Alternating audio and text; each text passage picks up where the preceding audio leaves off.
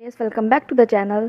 तो आज हम लोग पढ़ने वाले एक्सरसाइज 2.2 का इंट्रो पार्ट। इसमें मैं सारे एग्जांपल्स कराने वाली हूँ और कैसे 2.2 एक्सरसाइज लगेगी, एक एक क्वेश्चन कैसे लगेगा, कैसे टाइप के क्वेश्चंस होते हैं 2.2 एक्सरसाइज में, सब कुछ कवर करने वाली हूँ। तो अगर पहली बार देख रहे हो चैनल तो my name is Meenal Maheshwari and मैं maths, science, English, social science सारे सब्जेक्ट्स की हिंदी मीडियम में पढ़ाती हूँ। चैप्टर्स सारे कवर करा रही हूँ और बिल्कुल रिसेंट जो अभी सिलेबस चल रहा है वो सारा कवर कराने वाली हूँ, इस ईयर का पूरा न्यू।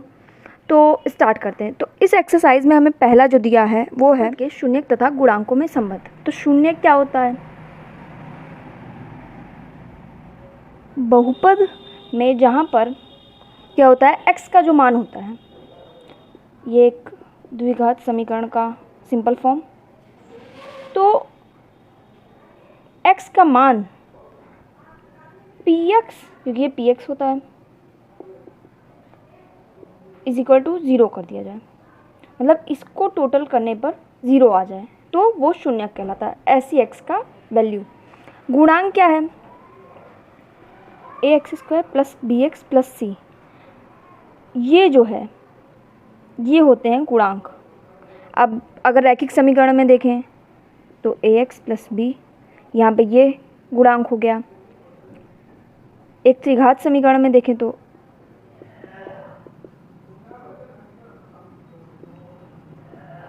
ये 3 गुणांक हो गए। तो जो x के साथ होता है उसे कहते हैं हम लोग गुणांक। तो ऐसे तीनों में, इसमें 1 थे, इसमें 2, इसमें 3 गुणांक। अब रैखिक समीकरण का अगर हम एक लें तो क्या होगा? px मान लेते हैं हम 4x प्लस 3, रैखिक समीकरण है ही ये। तो इसका शून्यक कैसे निकलता है? ऐसे ही तो निकालते हैं हम लोग, 0 कर देते हैं। x इज इक्वल टू यहाँ से आ गया -3/4। तो ये जो -3/4 है, अगर हम इसको देखें इससे, तो a क्या है यहाँ पे? a इज इक्वल टू 4 और b क्या है यहाँ पे? 3। तो ये -3 यानी कि -b/a, 4 आया a। और इसे हम क्या और बोल सकते हैं? तो ये अचर पद माइनस अचर पद बटे a क्या है? x का गुणांक है, x का गुणांक।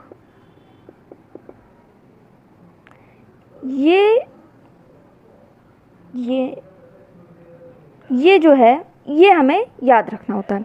अब ऐसे ही और में भी होता है। अब अगर हम चाहें तो ये फॉर्मूला, अगर इतना लॉन्ग प्रोसीजर नहीं भी यूज़ करेंगे तो भी हम इससे यूज़ करके क्या निकाल सकते हैं, डायरेक्ट हमारा शून्यक आ जाएगा। तो हम कुछ एग्जांपल्स देख लेते हैं। अब एक साथ हम लोग 2 एग्जांपल्स लेके चलते हैं। एक ये कभी ऐसे साथ में नहीं आता है, बट एक चीज़ समझाने के लिए साथ में लेते हैं। अब यहाँ पे क्या है, हमने देखा -b/a के फॉर्म में होना चाहिए, या फिर अचर पद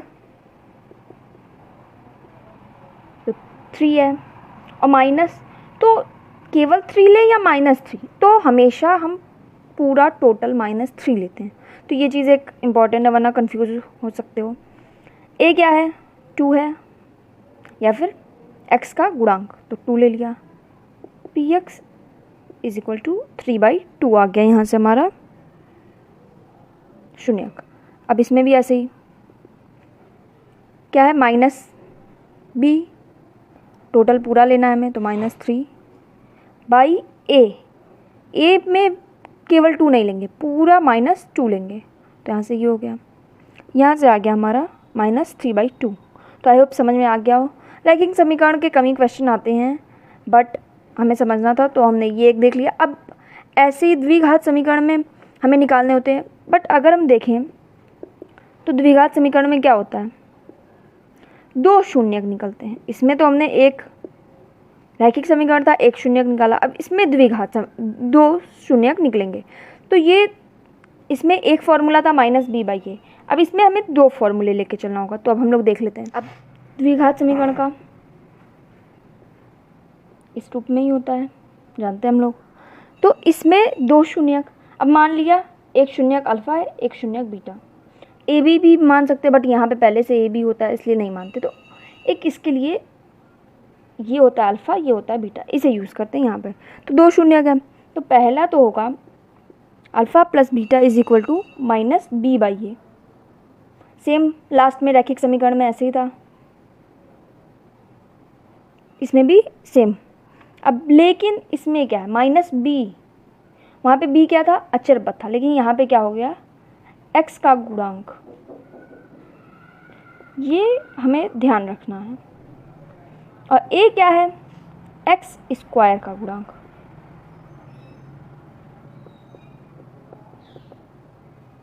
तो इस फॉर्मूले से हम निकाल सकते हैं एक शून्य। अब दूसरा शून्य किस फॉर्मूले से, तो अल्फ़ा बीटा, यहाँ पे इनटू पहले से लगा होता है, सी बाई ए। अब सी यहाँ पे क्या है, अचर पद, बाई एक्स स्क्वायर का गुणांक। अब एक उदाहरण लेते हैं हम हमारी बुक से, x square plus 7x plus 10 के शून्यक कौन से हैं और शून्यकों और गुणांकों के बीच की संबंध की सत्यता ज्ञात करना है। तो पहले तो इसके लिए हमें शून्यक निकालने और फिर ये चीज़ लगा के प्रूव करना है। तो शून्यक हमने लास्ट ईयर पढ़ा था क्लास 9th का, कैसे करते हैं। तो ये जो अचर पद होता है यहाँ पे 10 है, तो 10 के गुणनखंड जिन्हें जोड़ने पर 7 आए और गुणा करने पर 10 आए, तो ऐसे कौन से हैं, 5 2 है ना, जोड़ने पे 7 आएगा और गुणा करने पे 10। तो इसको अगर हम स्प्लिट कर लें तो 5x प्लस 2x प्लस 10। अब कॉमन ले लेंगे, x plus 5 plus 2 again x plus 5 is equal to 0। अब अगर हम इसको अलग कर लें और इसको एक अलग जगह, x plus 5 is equal to 0 और x plus 2 is equal to 0, यहाँ से आ गया हमारा x minus 5, x is equal to minus 5, और यहाँ से आ गया x is equal to minus 2। तो अब इसे हमें सत्यता प्रूव करनी है, यानी कि वेरीफाई करना है। तो कैसे होगा, क्या देखा था हमने, अल्फ़ा प्लस बीटा को जोड़ेंगे तो माइनस बी बाई ए आएगा, माइनस 5 और क्या जोड़ना है, प्लस और माइनस 2 जोड़ना है। पे क्या आना चाहिए, x का गुणांक, तो x का गुणांक क्या है 7 बाई एक्स स्क्वायर का गुणांक 1, ये तो आएगा। तो इसको अगर हम जोड़ें तो क्या आएगा, 7 इज इक्वल टू, ये तो 7 बाई 1 है, 7 ही है, ये प्रूव हो गया एक। अब दूसरा क्या प्रूव करना था, इनटू करने पे।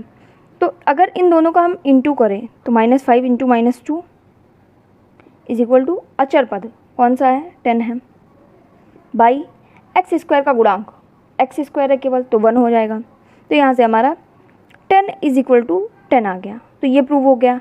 ये मैंने थोड़ा यहाँ पे कर दिया, यहाँ पे प्रूव कर दिया थोड़ा सा, और क्वेश्चन बीच में लगा दिया, तो थोड़ा मिक्स हो गया है, बट ठीक है, एक एक स्टेप देख रहे होगा तो समझ में आया होगा।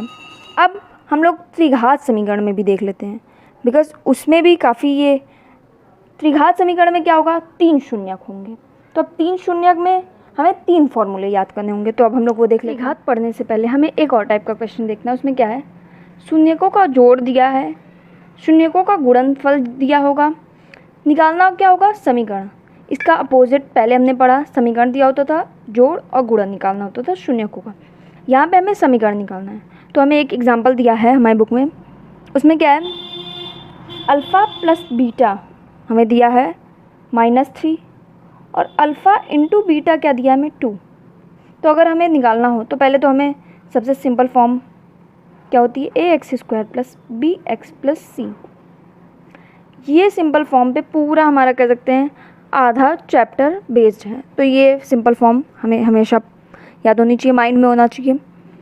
तो अल्फ़ा प्लस बीटा -3, और अगर हम याद करें तो x का गुणांक होता था माइनस x का गुणांक बाई एक्स स्क्वायर का गुणांक, तो a। तो यहाँ से हमारा अगर हम इसको सॉल्व करें तो क्या आएगा, a 3a is equal to b आ जाएगा, ये यहाँ चला जाएगा और माइनस माइनस ख़त्म हो जाएगा। तो 3a is equal to b आ गया।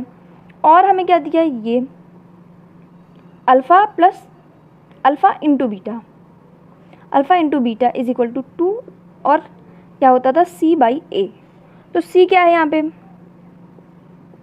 c ये है ना, तो यहाँ से अगर हम इसको निकालें तो 2a इज इक्वल टू सी आ गया।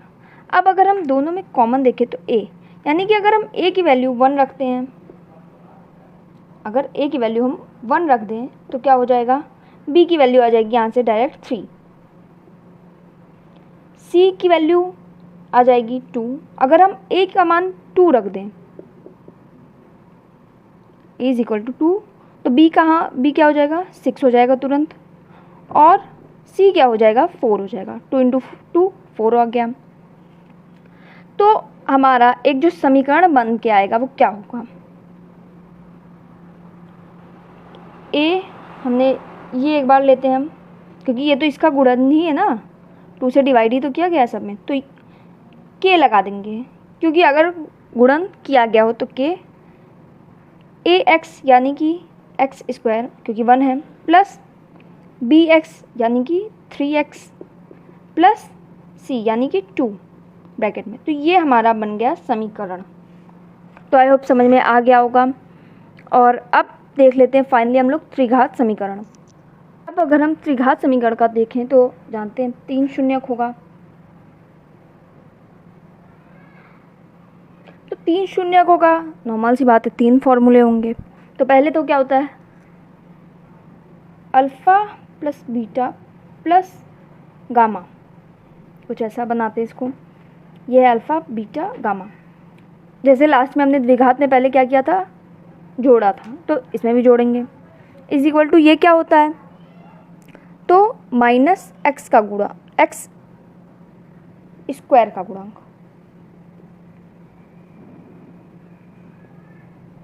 बटे एक्स क्यूब का गुणांक।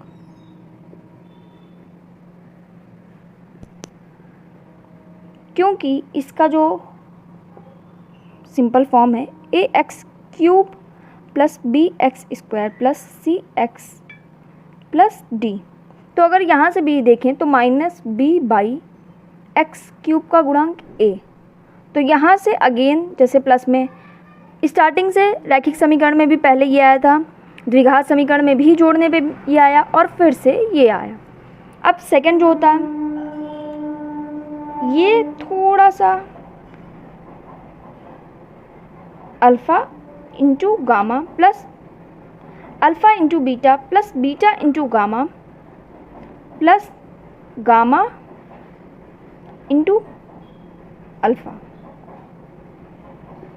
और इसका क्या होता है फॉर्मूला, तो x का गुणांक बटे x क्यूब का गुणांक। हम एक चीज़ सिमिलर देख रहे हैं, सब में नीचे क्या आता है a, इसमें भी a ही आएगा। x का गुणांक क्या है, तो c बाई a।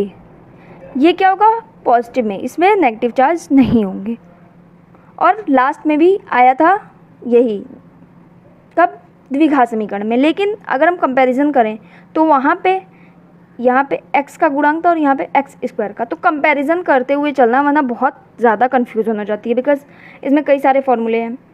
अब लास्ट होता है alpha into beta into gamma, इसका क्या होता है, तो अचर पद माइनस अचर पद बटे अगेन x क्यूब का गुणांक।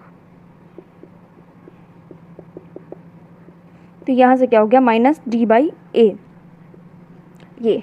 ये तीनों याद रखना है। अब हम लोग क्वेश्चन देख लेते हैं कैसे करेंगे, और कंपैरिजन करके, और ये पूरा माइंड में फिट होना चाहिए, क्योंकि जैसे ही कोई क्वेश्चन आएगा रैखिक समीकरण बहुपद चैप्टर से, तो ये बहुत इंपॉर्टेंट हो जाता है। तो देख लेते हैं हमारे एग्जाम्पल। मैंने पूरा क्वेश्चन नहीं नोट किया, केवल मेन चीज़ें नोट की हैं। इसमें हमें 2 चीज़ प्रूव करना है। क्या, फर्स्ट तो होना चाहिए कि क्या सच में ये शून्यक जो दिए हैं वो इसके शून्यक हैं। तो कैसे करेंगे, तो जानते हैं शून्यक x का ही तो मान होता है, तो पहले 3 रख लेंगे x का मान, देन -1, देन -1/3। और फिर एक क्या प्रूव करना है, जो हमने अभी संबंध पढ़े, शून्यकों और गुणांकों के मध्य संबंध। तो त्रिघात का क्वेश्चन है, तो उसमें अभी तीनों तरीके से अल्फ़ा बीटा गामा करके प्रूव करना है। तो पहले एक मैं ये बता देती हूँ 3, यहाँ पे x की जगह 3 रख देंगे, क्यूब -5 अगेन 3 -3 के शून्यक इतने।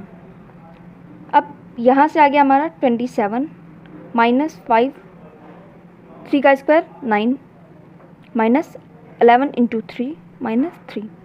यहाँ से कितना आ गया 81 -5 9 जा 45 -33 -3। यहाँ से अगर हम करें तो 81 माइनस आ गया हमारा 81, यहाँ से आ गया हमारा 0। और शून्यक 0 ही तो लाता है, जब x का मान 3 रखने पे 0 आ रहा है तो मतलब कि ये सही शून्यक है। तो ऐसे ही दो आप लोग खुद से अभी नोटबुक उठाओ और करके देखो क्या आता है नहीं। अब जो हमें मेन क्वेश्चन सत्यता प्रूव करनी है वो अब हम लोग देख लेते हैं। संबंधों की सत्यता, तो alpha plus beta plus gamma, क्या पढ़ा हमने -b/a। तो यहाँ पे आ गया तुरंत काम, तो माइंड में फिट होना चाहिए। नहीं याद है तो जाके चेक करो, यही है -b/a।